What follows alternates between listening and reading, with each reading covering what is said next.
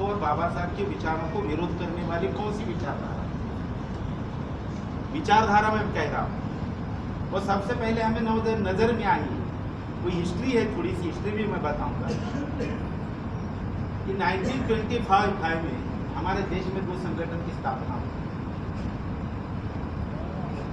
और 1885 में एक संगठन की स्थापना हुई, पॉलिटिकल जो आज दिख रहे हैं, तीन विचारधारा।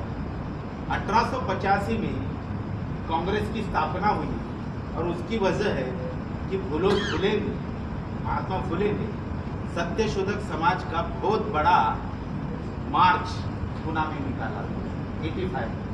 जैसे वो मार्च निकला वैसे सोशल ऑर्गेनाइज हमारे देश में बहुत बड़े पैमाने में आगे चलने वाला, ये जैसे उनके सोच में आ गया, उन्होंने क्या किया, कांग्रेस पार्टी बनाई। कांग्रेस पार्टी बनाई। अब 1925 में आरएसएस की स्थापना है और कम्युनिस्ट की स्थापना है। वो भी क्यों हुई कि 1920 में 1920 में जब इस देश के कांग्रेस पार्टी के मुखिया, जिसको हम बम्मन और बनिया कहते हैं, इनके हाथों से उनकी पावर छूट गई और आगे किसके हाथ में पावर? कांग्रेस की पावर आएगी गांधी जी के हाथ में, वर्ण व्यवस्था की हम बात करें तो। और सोशल पार्टी, सोशल मूवमेंट की पूरी पावर किसके हाथ में आ गई? बाबा साहब के हाथ में आ गई। ये दोनों को विरोध करने के लिए कम्युनिस्ट की और आरएसएस की स्थापना हुई और एक कांग्रेस, कम्युनिस्ट और आरएसएस, ये तीन विचारधारा बाबा साहब के विचारधारा को खत्म करने के लिए काम करती है। अब एक उदाहरण के तौर पर मैं बताऊंगा, हिंदुस्तान बोले तो उसमें हमें क्या नजर आएगा? इस देश में अनइक्वेलिटी नजर आ जाएगी, बराबर है ना? विषमता नजर आ जाती है, वर्ण व्यवस्था नजर आती है, जात व्यवस्था नजर आती है। अगर ये सारी बातें हमें हिंदुस्तान शब्द में नजर आती है तो इस देश के ये तीन मुख्य पार्टियां जो है वो अपने भाषण में भारत नहीं बोलती, वो हिंदुस्तान बोलती है और अनकॉन्स्टिट्यूशनल शब्द है, वो असंवैधानिक शब्द यूज करते हैं, मीडिया में भी वही बातें करते हैं। अब इसके खिलाफ भी हमें आवाज करना पड़ेगा। फिर भी ये विचारधारों का संघर्ष एक बार से चलते रहेगा और दूसरी तरफ जब नव आर्थिक धोरण हमारे देश ने अपनाया, उसके बाद इस देश में जो बड़ी बड़ी बातें ऐसी आई है कि जिसमें हमारा पूरा SC ST या बैकवर्ड क्लास क्यों ना हो, ये सभी का जीवन उद्ध्वस्त होने वाला है। अब कैसे ध्वस्त हो रहा है? आपने बताया साहब, क्या बताया? आप नौकरी के बारे में क्या बताया, बता दीजिए मुझे।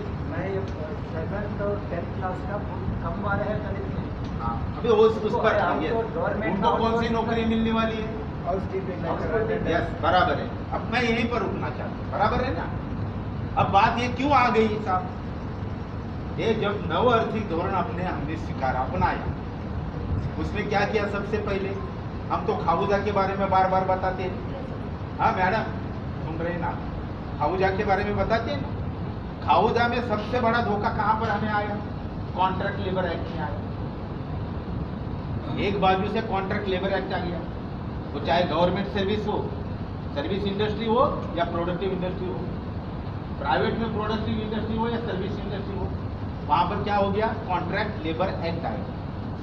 आप नौकरी दे रहे हो, सुरक्षा नहीं देते। और हमारे बाबा साहब इस देश के हर कामगार को सुरक्षा प्रदान कर, वो तोड़ी जा रही, पूरी तरह से तोड़ी जा रही। और हमारी जितनी भी पार्टी है, पॉलिटिकल पार्टी की बात कर रहा हूँ, जिस विषयों पर हमें बात रखनी है, कहाँ पर रखनी है? पब्लिक में आके नहीं रखनी, संसद में रखनी। संसद में नोट होती है बात, वहां पर हमारे पार्टी के भी लोग नहीं रखते, अपना सब्जेक्ट रखते। वहां पर हम देख रहे हैं, हम किसी को इल्जाम नहीं करना चाहते, किसी को बदनाम नहीं करना चाहते, लेकिन उनकी जिम्मेदारी है। और हमारे देश का प्रधानमंत्री भी बोलता है मुझे संसद में बोला नहीं दिया जाता है, विरोधी पार्टी का नेता भी बोलता है हमें बुला नहीं दिया जाता है। और संसद में न बोलते हो कहाँ बोलते हैं? बाहर आके बोलते हैं। यानी हमारे देश की संसदीय लोकतंत्र प्रणाली, इसको भी इन लोग नकार रहे हैं फिलहाल। इन सबको ध्यान में लेते हुए एजुकेशन के बारे में बताता हूं मैं भी। राइट टू एजुकेशन का बिल 2002 में आया। अब आपने बताया 7वीं कक्षा तक की बात है, 8वीं कक्षा तक तो एजुकेशन फ्री और कंपलसरी बोला है ना संविधान में। उसके ऊपर क्या कानून बने हैं भाई, आपको पता होना चाहिए।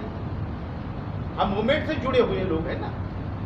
जहां पर जिस वजह से हमारा विकास हुआ उसके प्रमुख 2 कारण हैं। एक पहला सबसे है हमारा शिक्षा और दूसरी गवर्नमेंट नौकरी। अगर गवर्नमेंट नौकरी नहीं होती तो हमारे लोग कुछ नहीं कर पाते जो आज बड़े बने। जैसे इन्होंने बताया मैडम कि हमारे IAS IPS चाहे वो समाज से गद्दार क्यों ना हो, मैं क्या बोल रहा हूं, वो गद्दार भी क्यों ना हो, लेकिन उनका विकास हुआ।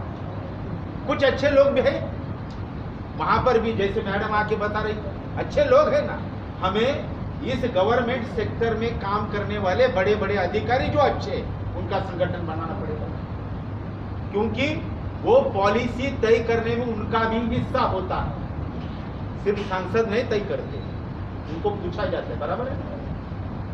जब तक हम ये सारी बातों पर विचार नहीं करते और उस पर अमल करना क्या है, उस पर तय करना है। अभी बैठने के बाद, खाना खाने के बाद हमारी पॉलिसी क्या होगी, उनकी तो पॉलिसी हमें पता है, हमारी पॉलिसी हमें तय करना है।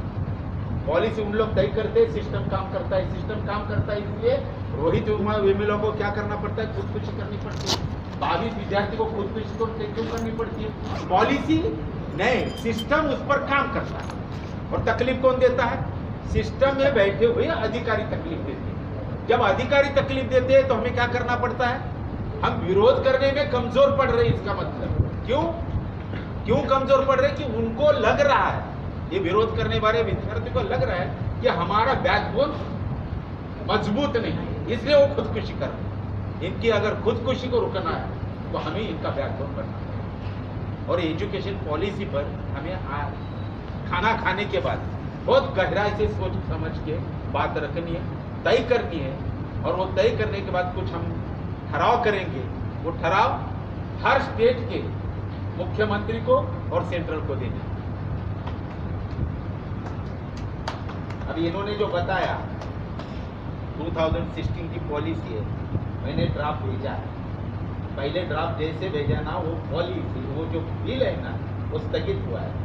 अब कब वापस आएगा मैं नहीं बता सकता, लेकिन अगर हम सब जागरूक रहेंगे तो उस पर हम सब जन ड्राफ्ट देंगे। ये हमें करना है। तो मैं यहीं पर रुकता हूँ। आप सभी का धन्यवाद। शांति से सुनिए, इसलिए आपका सबका धन्यवाद। जय भारत।